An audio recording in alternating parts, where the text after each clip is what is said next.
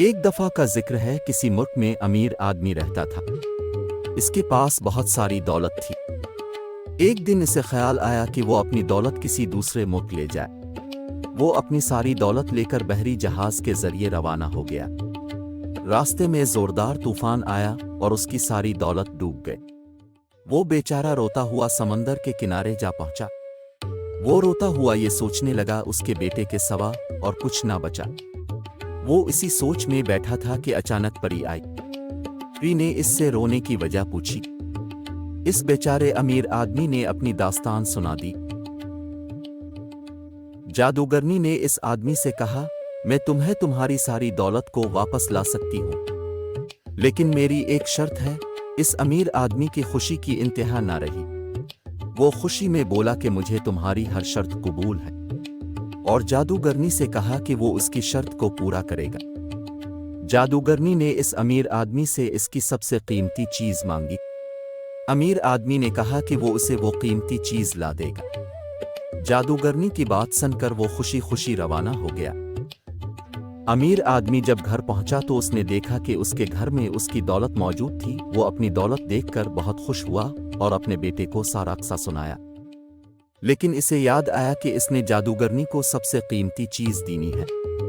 اس نے سوچا کہ سب سے قیمتی چیز تو اس کا بیٹا ہے، لیکن وہ اپنے بیٹے کو جادوگرنی کے حوالے نہیں کرے گا۔ وہ اپنے بیٹے کی وجہ سے بہت پریشان تھا۔ لیکن اس کے بیٹے نے مشورہ دیا کہ کیا پتہ جادوگرنی اس مسئلے کا حل بتائے۔ دونوں باپ بیٹے اس جادوگرنی کے پاس گئے۔ جادوگرنی نے آدمی سے کہا کہ تم نے اپنے بیٹے کو دینے کا کہا تھا۔ اچھا، ایسا کرتے ہیں، اس کو بحری جہاز میں سوار کرتے ہیں۔ اگر یہ ڈوب گیا تو میں تمہارا قرض معاف کر دوں گی، اگر بچ گیا تو میں اس کو اپنے ساتھ لے جاؤں گی۔ آدمی نے اپنے بیٹے کو بحری جہاز پہ سوار کیا۔ جب اس کا بیٹا تھوڑے فاصلے پر گیا تو اس کا بحری جہاز دریا میں ڈوب گیا۔ امیر آدمی بہت رونے لگا، لیکن وہ اب کچھ نہیں کر سکتا تھا۔ وہ روتے ہوئے اپنی گھر چلا گیا۔ ادھر اس کا بیٹا بچ گیا اور وہ دور دراز کسی ملک کے ساحل سمندر پہ جا پہنچا۔ اسے کچھ سمجھ نہیں آ رہا تھا کہ وہ کہاں جائے۔ وہ جنگل کے راستوں سے گزر کر ایک محل تک جا پہنچا۔ درباری اسے محل کے اندر لے گئے اور بادشاہ کے سامنے پیش کر دیا۔ بادشاہ نے اس لڑکے سے پوچھا کہ وہ کہاں سے آیا ہے۔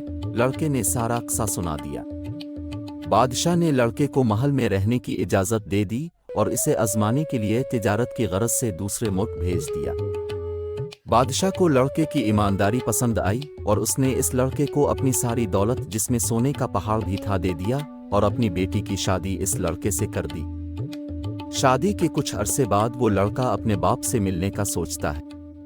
ایک دن وہ اپنے باپ سے ملنے کے لیے روانہ ہو جاتا ہے۔